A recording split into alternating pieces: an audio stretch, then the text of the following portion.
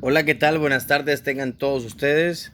El día de hoy pues voy a hablarles de un tema muy importante, el que es la célula. Bueno, la célula como tal es la unidad fundamental de todo ser vivo. Todos los seres vivos poseemos la célula y es donde se reserva, almacena toda la información hereditaria, donde se realizan todas las funciones o se dirigen todas las funciones o actividades que se hacen dentro de nuestro organismo.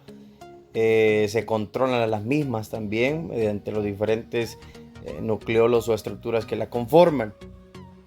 Vamos a conocer en este momento la teoría celular, cómo se origina, cuál es la historia de una célula. La célula fue descubierta por Robert Hooke en el año de 1665.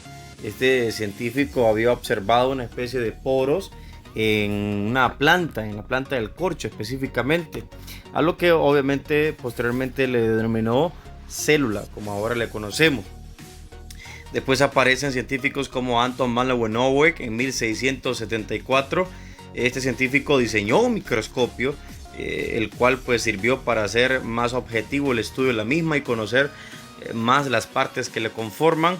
Además, es considerado el padre de la microbiología, ya que dedicó toda su vida prácticamente científica al estudio de las bacterias y otros organismos súper pequeños o microscópicos.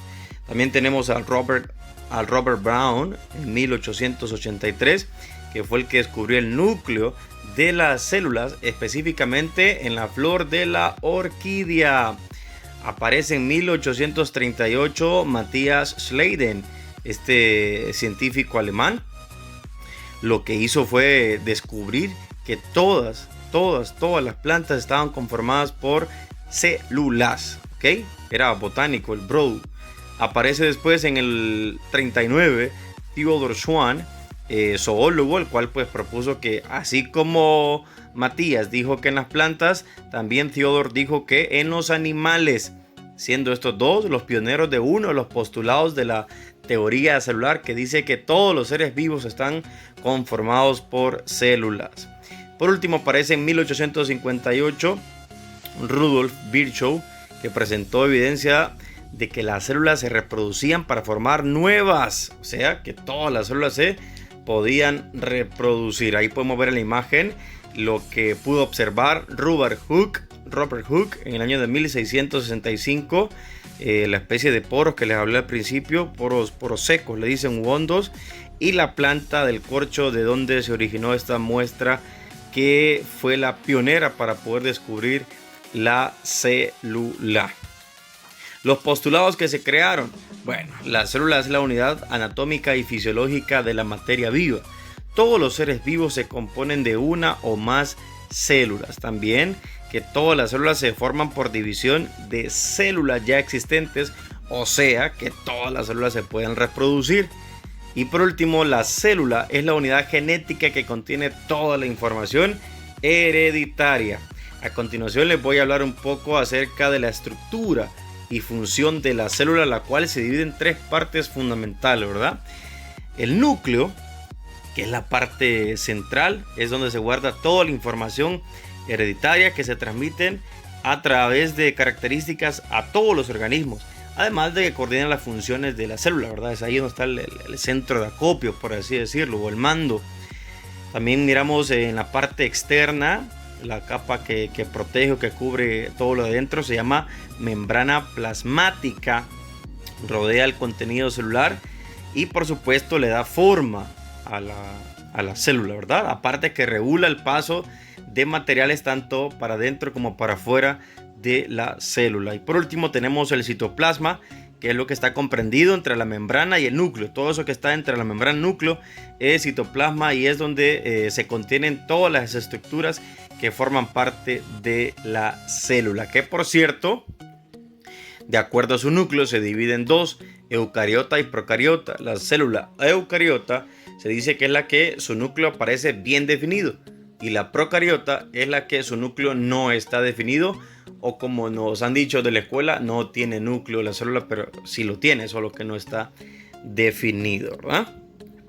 Algunas de las estructuras de una célula eucariota, todas tienen núcleo celular, que es la que dijimos que controla todas las actividades celulares, también nucleolo, que es, se da la síntesis allá adentro del ARN ribosómico. También el cromosoma, que es lo que contiene el material genético de una célula.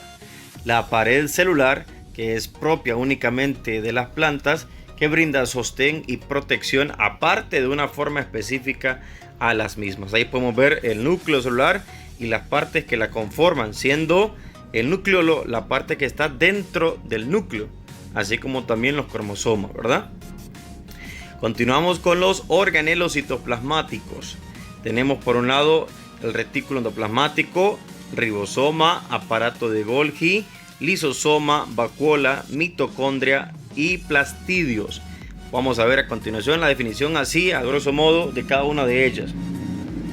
El retículo endoplasmático, entre sus funciones, viendo la imagen que está anexo ahí, podemos observar que distribuye, recoge, almacena y transporta todas las proteínas, así como también fabrica los lípidos, ¿verdad?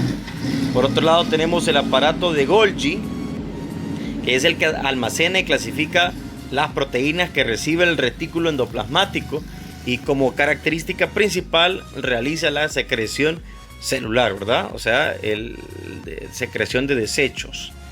Mitocondria es donde se realiza la respiración celular, donde nosotros podemos dar origen a la energía, donde se sintetiza en este caso el ATP, que es llamado también adenosín trifosfato, ¿verdad? También tenemos los leucoplastos, que es donde se acumula el almidón y es propio de las plantas. El cloroplasto, que es donde se almacenan, en este caso, algunos productos derivados de la fotosíntesis, como por ejemplo la pigmentación verde, la clorofila, y es propia también de las plantas. Y mientras tanto, avanzamos a la siguiente, que es vacuolas. Es donde se almacenan sustancias de reserva o desecho, así como también agua, diferentes líquidos. Y está en las dos, en la célula vegetal y en la animal, solo que en la vegetal es más grande, es el organelo más grande, es más visible, y en la vegetal son más pequeños o diminutos, ¿verdad? Los lisosomas son los que ayudan a la digestión celular, y el ribosoma sintetiza las proteínas, ojo, que han sido descifrados por el ARN mensajero, que a la vez es una copia del ADN o ácido desoxirribonucleico. Vamos con los organelos que forman parte del citoesqueleto, o sea, la estructura, el sostén, el esqueleto de la célula. Están los microtúbulos, microfilamentos, centriolos, que los podemos ver en el dibujo que aparece en la parte derecha de la imagen, de la presentación. Y aparte de eso, tenemos cilio y también flagelos, que estos dos últimos conforman la parte externa de algunas de las células, como por ejemplo la bacteria, y que sirven para poder desplazarse. Son algunos como pelitos que pueden verse alrededor de la misma, y en el caso del flagelo, una especie de colita que sirve para desplazarse de un lugar a otro en el caso de las bacterias, ¿verdad? Algunas diferencias entre célula animal y vegetal. Les puedo comentar que, para empezar, la animal no posee pared celular, únicamente está en la célula vegetal, que por cierto, gracias a eso es que le confiere una forma específica a la misma, ¿verdad? Una especie de hexágono, como se ve en la parte de abajo, la figura verde. El animal no posee cloroplastos, en la vegetal sí, que es la que les comenté antes, en donde se almacenan los pigmentos como la clorofila.